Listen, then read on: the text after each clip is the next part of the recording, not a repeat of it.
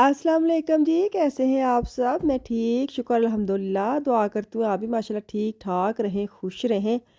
चलें जी बिस्मिल्लाह करते हैं और अपने वीडियो का करते हैं आगाज़। आज आलू गोश्त बनाया और साथ बनाई है तनूर की रोटी, तनूर की चपाती कह लो, रोटी कह लो, जो भी।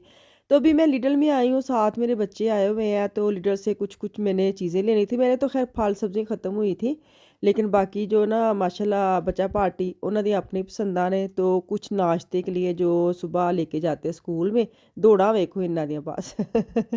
ਉਹਨਾਂ ਦੀ ਮਰਜ਼ੀ ਦੀ ਚੀਜ਼ਾਂ ਲੱਭ ਜਾਣ ਤੇ ਫਿਰ ਉਹਨਾਂ ਨੂੰ ਭੁੱਲ ਹੀ ਜਾਂਦਾ ਹੈ ਕਿ ਅਸੀਂ ਕੋਈ तहज़ीब ਦੇ दायरे 'ਚ रह के ਅਸੀਂ मार्केट 'ਚ फिरना नहीं, बच्चे खेल रहे थे, मजाक कर रही हूँ।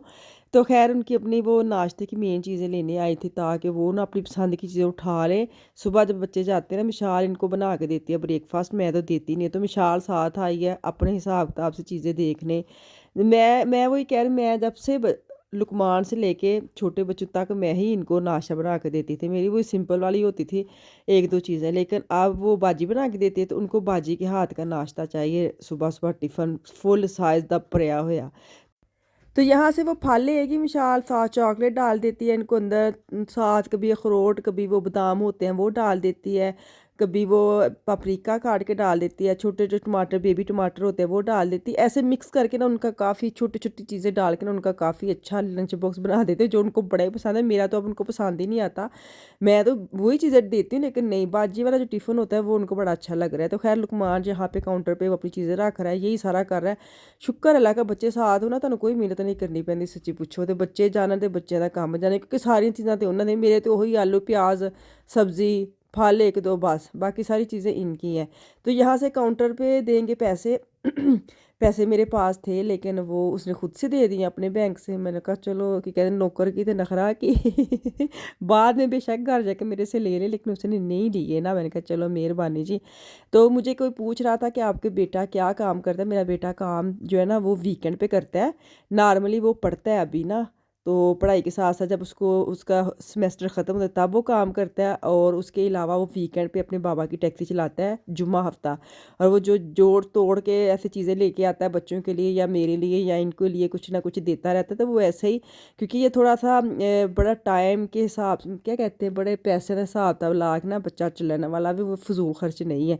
उसने बड़े अपने टाइम टेबल सेट किया था कि इतनी देर में इतने होने चाहिए, तो इतनी देर में ये करना, लेकिन कंजूस भी नहीं है, लेकिन जो काम करना वो करता भी है। बहन भाइयों की जितनी ऑनलाइन चीज़ें लेनी होती हैं, बच्चों ने इन भाई को ही कहना है, मिशाल ने भाई को ही कहना है, तो मैंने कभी नहीं, मुझे उन्होंने कहा जब घर में चीज़ें आती तब मुझे पता आता है कि चीज़ें आई हैं। ਅੱਛਾ ਜੀ, ਅਸੀਂ ਐਪੋ ਥੇ ਕੇ ਆਏ ਆ, ਉਹ ਅੰਦਰ ਜਾਣਦੇ ਨੇ, ਅਫਾਨ ਦੀ ਨਾ ਅੱਖ ਦੇ ਉੱਤੇ ਇੱਕ ਦਾਣਾ ਜਿਹਾ ਨਿਕਲ ਆਇਆ ਵੇ।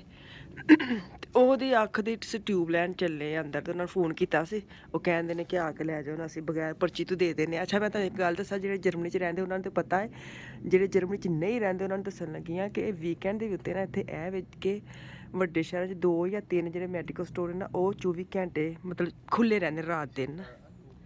ਤੇ ਜਿਹੜੇ ਛੋਟੇ ਸ਼ਹਿਰ ਨੇ ਉੱਥੇ ਜ਼ਰੂਰ ਖੁੱਲਿਆ ਹੋਣਾ ਵੇ। ਤੇ ਇੱਥੇ ਆ ਨਾ, ਰਾਤ ਨੂੰ ਅਗਰ ਤੁਸੀਂ ਲੇਟ ਆਉਂਦੇ ਨੇ, ਡਾਇਰੈਕਟ ਅੰਦਰ ਨਹੀਂ ਜਾ ਸਕਦੇ। ਇੰਝ ਉਹ ਖੜਾ ਨਾ ਭਾਈ, ਇੰਝ ਤੁਸੀਂ ਗੱਲਬਾਤ ਕਰਨੀ ਹੈ, ਦਵਾਈ ਦੱਸਣੀ ਹੋਵੇ ਤੈਨੂੰ ਦਵਾਈ ਦੇਗਾ, ਤੇ ਇੱਥੇ ਤੁਸੀਂ ਬਾਹਰੋਂ ਬਾਹਰ ਪੈਸੇ ਦੇਣੇ, ਦਵਾਈ ਲੈਣੀ ਹੈ ਤੇ ਆ ਜਾਣਾ ਹੈ। ਠੰਡਾ ਹੈ, ਸਰਦੀ ਹੈ ਨਾ। ਤੁਸੀਂ ਹੁਣ ਫਾਨ ਸਾਹਿਬ ਦੀ ਦਵਾਈ ਲਈਏ, ਤੇ ਦਵਾਈ ਅਸੀਂ ਲੈਣ ਆਏ ਹਾਂ, ਤੇ ਉਸ ਤੋਂ ਬਾਅਦ ਆਰਡਰ ਆ ਗਿਆ ਕਿ ਖਾਣਾ ਵੀ ਲੈ ਆਣਾ। ਤੁਸੀਂ ਹੁਣ ਖਾਣਾ ਵੀ ਲਵਾਂਗੇ। ਵੇਖੋ ਸੜਕਾਂ ਸੁਨਸਾਨ ਤੁਰੀਆਂ ਫਿਰਦੀਆਂ ਨੇ। ਹਾਏ, ਸੜਕਾਂ ਨੇ ਕਿੱਥੇ ਤੁਰਨਾ ਹੈ, ਅਸੀਂ ਤੁਰਨਾ ਹੈ। ਸੱਚੀ ਮੇਰੇ ਗੱਲਾਂ ਵੀ ਨਾ ਐਵੇਂ ਜਿਹੀਆਂ ਹੁੰਦੀਆਂ ਨੇ ਕਿ ਸੜਕਾਂ ਸੁਨਸਾਨ ਤੁਰੀਆਂ ਪਈ, ਸੜਕਾਂ ਸੁਨਸਾਨ ਖਲੋਤੀਆਂ ਨੇ, ਅਸੀਂ ਤੁਰਨੇ ਆ। ਉਹ ਫੋਕਸ ਬੈਂਕ ਹੀ ਨਾ ਚਲੇ ਜਾਵਾਂ ਇਸੇ ਬਹਾਨੇ। ਅਸੀਂ ਇੱਥੇ ਆਏ ਹਾਂ ਵਾਈਜ਼ਨ, ਇਹਦਾ ਨਾਂ ਹੈ। ਤੁਹਾਨੂੰ ਗੂਗਲ ਕਰਨਾ ਪਏਗਾ ਕਿ ਕਿਹੜਾ ਮੈਡੀਕਲ ਸਟੋਰ ਖੁੱਲ੍ਹਿਆ ਹੈ ਕਿੱਥੇ, ਫਿਰ ਉੱਥੇ ਤੁਸੀਂ ਜਾ ਕੇ ਆਪਣੀ ਮੈਡੀਸਨ ਐਮਰਜੈਂਸੀ ਵਾਲੀ ਕੋਈ ਵੀ ਹੁੰਦੀ ਤਾਂ ਤੁਸੀਂ ਲੈ ਸਕਦੇ ਹੋ, ਲੇਕਿਨ ਉਹਨਾਂ ਨੂੰ ਫੋਨ ਕਰ ਸਕਦੇ ਹੋ ਨਾ ਕਿ ਅਸੀਂ ਇਹ ਵਾਲੀ ਲੈਣੀ ਹੈ, ਮਿਲ ਸਕਦੀ ਕਿ ਨਹੀਂ। ਇਹ ਵੀ ਹੁੰਦਾ ਨਾ ਕਿ ਪਰ ਰਸੀਦ ਤੋਂ ਬਗੈਰ ਨਹੀਂ ਦਿੰਦੇ। ਸ਼ੁਕਰ ਅੱਲਾ ਮੀਆਂ ਦਾ, ਉਹਨੇ ਕਿਹਾ ਆ ਕੇ ਲੈ ਜਾਓ। ਕਿ ਅਫਾਨ ਦੀ ਅਕਸਰ ਹੋ ਜਾਂਦਾ ਵੇ ਦਾਣਾ ਅੱਖ ਦੇ ਉੱਤੇ, ਪਤਾ ਨਹੀਂ ਉਹਨੂੰ ਕੀ ਕਹਿੰਦੇ ਨੇ, ਲੇਕਿਨ ਉਸਮਾਨ ਦੇ ਵੀ ਹੁੰਦਾ ਵੇ ਤੇ ਅਫਾਨ ਦੇ ਵੀ ਇੰਝ ਹੁੰਦਾ। ਤੇ ਹੁਣ ਟਿਊਬ ਲੈਣ ਆਇਆ ਤੇ ਲੈ ਕੇ ਘਰ ਚੱਲਨੇ, ਖਾਣਾ ਛਾਣਾ ਵੇਖਨੇ, ਰਾਹ 'ਚ ਪੀਜ਼ਾ ਲੈਣੇ ਆ ਕਿ ਡੋਨਰ ਲੈਣੇ ਆ, ਕੀ ਲੈਣੇ ਆ। ਮੈਂ ਤੇ ਗੱਡੀ 'ਚ ਬੈਠੀ ਆ, ਮੈਡੀਸਨ ਮਿਲ ਗਈ ਹੈ, ਪੈਸੇ ਵੀ ਦੇ ਛੜੇ ਨੇ, ਕੰਮ ਹੋ ਗਿਆ। ਜਿਹੜੇ ਕੰਮ ਆਏ ਸਾਂ ਕਰਨ ਉਹ ਆ ਗਏ ਨੇ ਹੁਣ। ਹਾਂਜੀ, ਉਹੀ ਦਿੱਤੀ ਜਿਹੜੀ ਅਗਲੀ ਸੀ। ਵਾਹ, ਹਾਂਜੀ ਇਹੀ ਸੀ ਦਵਾਈ ਘਰ ਅੱਗੇ ਵੀ? ਆਹੋ ਇਹ ਸੀ ਚਲੋ ਸ਼ੁਕਰ ਹੈ ਮਿਲ ਗਈ, ਟੈਨਸ਼ਨ ਮੁੱਕੀ। ਜਨਾਬ ਤੁਸੀਂ ਹਿਸਾਬ ਲਾਓ ਦਵਾਈਆਂ ਦਾ ਮਤਲਬ ਮਹਿੰਗਾਈ ਦਾ। ਹਾਂ ਕਿੰਨੇ ਦੀ ਹੈ? ਇਹ ਪਹਿਲੇ 9 ਯੂਰੋ ਦੀ ਆਂਦੀ ਹੁੰਦੀ ਸੀ, 9 ਜਾਂ 10 ਯੂਰੋ ਦੀ, ਠੀਕ ਹੈ। ਤੇ ਹੁਣ ਪਤਾ ਕਿੰਨੇ ਦੀ ਹੈ? ਹਾਂ 17.5 ਯੂਰੋ ਦੀ। ਓ ਡਬਲ ਪ੍ਰਾਈਸ। ਡਬਲ ਪ੍ਰਾਈਸ ਆ ਨਹੀਂ ਸੱਚੀ। ਚਲੋ ਮਤਲਬ ਗੱਲ ਕਰਾਂ ਇਹਨਾਂ ਨੇ 2.5 ਯੂਰੋ ਲੈਣੇ ਹੁੰਦੇ ਨੇ ਪਰ ਦਵਾਈ ਦੇ ਉੱਤੇ ਨਾ ਜਾਂ ਪਰ ਪਰਚੀ ਦੇ ਉੱਤੇ। ਅੱਛਾ। ਕਿਉਂਕਿ ਅਗਰ ਸਾਨੂੰ ਇਹ ਸਹੂਲਤ ਦੇਂਦੇ ਨੇ ਜਿਹੜੇ ਅੰਦਰ ਬੈਠੇ ਨੇ ਨਾ, ਇਹਨਾਂ ਨੇ ਪਹਿਲੀ ਤੇ ਹਕੂਮਤ ਕੋਲੋਂ ਜਾਂ ਜਿੱਥੋਂ ਜਿੱਥੇ ਵੀ ਕੰਮ ਕਰਦੇ ਨੇ, ਹੁਣ ਜਿੰਨੀ ਇਹਨੂੰ ਤਨਖਾਹ ਇੱਕ ਨਾਰਮਲ ਦਿਨ ਦੀ ਮਿਲਦੀ ਹੈ ਨਾ ਇਸ ਬੁੱਢੀ ਨੂੰ 100 ਰੁਪਿਆ 100 ਯੂਰੋ ਲੱਭਦੀ ਹੈ ਇੱਕ ਨਾਰਮਲ ਦਿਨ, ਲੇਕਿਨ ਹੁਣ ਇਹ ਸੰਡੇ ਨੂੰ ਕੰਮ ਕਰਨ ਦੀ ਹੈ 200 ਯੂਰੋ ਲੱਭਣੀ ਜ਼ਿਆਦਾ। ਹਾਂ ਮਤਲਬ 100% ਇਹਨੂੰ ਨਾ ਡਬਲ ਲੱਭਣੀ ਹੈ ਨਾ। ਚਲੋ ਚੱਲੇ ਹੁਣ ਕਿੱਥੋਂ ਲੈਣਾ ਵੇ ਖਾਣਾ ਉਥੋਂ ਸ਼ਹਿਰੋਂ ਜਿੱਥੋਂ ਬਾਹਰੋਂ। ਚਲੋ ਗੱਡੀ ਵੇਖੋ ਤੁਹਾਡੀ ਕਿੰਨੀ ਗੰਦੀ ਆ ਵੇਖੋ। ਉਹਨੇ ਕੱਲ ਗਏ ਸੀ ਮੰਗਣੀ ਤੇ ਨਾਜ਼ਰੀਨ ਤੇ ਉੱਥੇ ਰਾਹ ਦੇ ਵਿੱਚ ਬਾਰਿਸ਼ ਹੁੰਦੀ ਸੀ। ਬਾਰਿਸ਼ ਤੇ ਹੁੰਦੀ ਤਾਂ ਹੀ ਤੇ ਗੱਡੀ ਧਵਾਉਣ ਦਾ ਫਾਇਦਾ ਕੋਈ ਨਹੀਂ। ਇਧਰੋਂ ਸਾਫ਼ ਕਰੋ ਇਧਰੋਂ ਫੇਰ ਬਾਰਿਸ਼, ਬੜਾ ਹਨੇਰਾ ਕੋ। ਚਲੋ ਜੀ ਬਾਹਰੋਂ ਪਹੁੰਚ ਗਏ। ਬਾਹਰੋਂ ਵੀ ਕਹੀਦਾ ਨਾ ਆਹੋ ਰੇਲਵੇ ਸਟੇਸ਼ਨ। ਰੇਲਵੇ ਸਟੇਸ਼ਨ ਖਾਲੀ ਐ ਨੇ ਤਿੰਨੇ ਤੇ ਇੱਥੇ ਪੈਰ ਰੱਖਣ ਨੂੰ ਜਗ੍ਹਾ ਨਹੀਂ ਹੁੰਦੀ। ਉਹ ਟਰਾਮ ਸਾਡੀ ਜਗ੍ਹਾ ਕਿੱਥੇ ਰੱਖਣਾ ਪੈਰ, ਕਾਤੋਂ ਰੱਖਣਾ ਤੂੰ? ਨਹੀਂ ਹੁੰਦੀ ਕਿਉਂ ਨਹੀਂ ਹੁੰਦੀ? ਅੱਲਾ ਮਾਫੀ ਤੇ ਪੈਰ ਰੱਖਣ ਨੂੰ ਜਗ੍ਹਾ ਮਤਲਬ ਕਿ ਰਸ਼ ਬਹੁਤ ਹੁੰਦਾ ਮੇਨ ਚ ਜਗ੍ਹਾ। ਮਸਾਲਾ ਵੀ ਜਿਹੜੀਆਂ ਨੇ ਨਾ, ਹਾਂ ਕੀ ਕਹਿੰਦੇ ਹੁੰਦੇ ਨੇ, ਕਹਿੰਦੇ ਝੋਲੀ ਚੁੱਕੋ ਤੇ ਆਪਣੇ ਹੀ ਢਿੱਡ ਟੰਗਾ। ਹਾਂ ਇਹਦਾ ਕੀ ਮਤਲਬ ਹੈ? ਨਹੀਂ ਮੈਂ ਗੱਲ ਨਹੀਂ ਦਾ ਮਤਲਬ ਦੱਸੋ।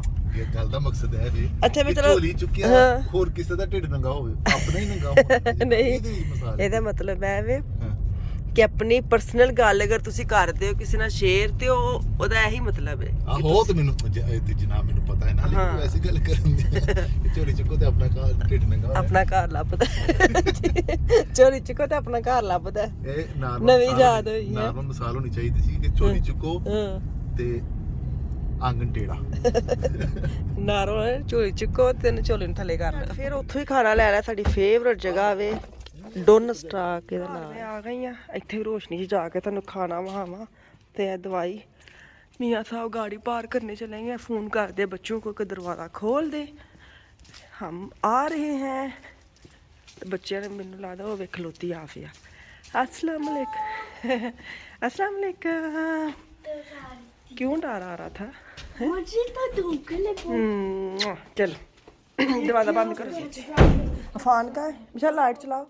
चलें जी घर आ गए। अफान की जो ट्यूब है वो आँख में डालती है और इनको खाना देती हूँ। अफान की आँख को ना मैं बता ही नहीं सकी शुरू में, उसकी आँख को पता नहीं क्या हुआ है, लेकिन वो थोड़ी सुंडिंग हुई, सोजश जैसी होती है ना वो वाली हुई है। तो ट्यूब डालूंगी तो फिर उसके बाद एक दिन देखूंगी, नहीं तो फिर डॉक्टर के पास लेके जाऊंगी। अभी वो स्कूल भी नहीं जा रहा, घर में ही रखा हुआ है कि नहीं। तो मैंने कहा तू स्कूल ना आए जा, ऐ ना हो दूजी भी बंद ख़राब हो के आए, बेहतर है तो आप घर में ही रहो, रेस्ट करो ना। तो चलो जी दुआ में याद रखिए, कल वापस आऊँगी। अल्लाह हाफिज़।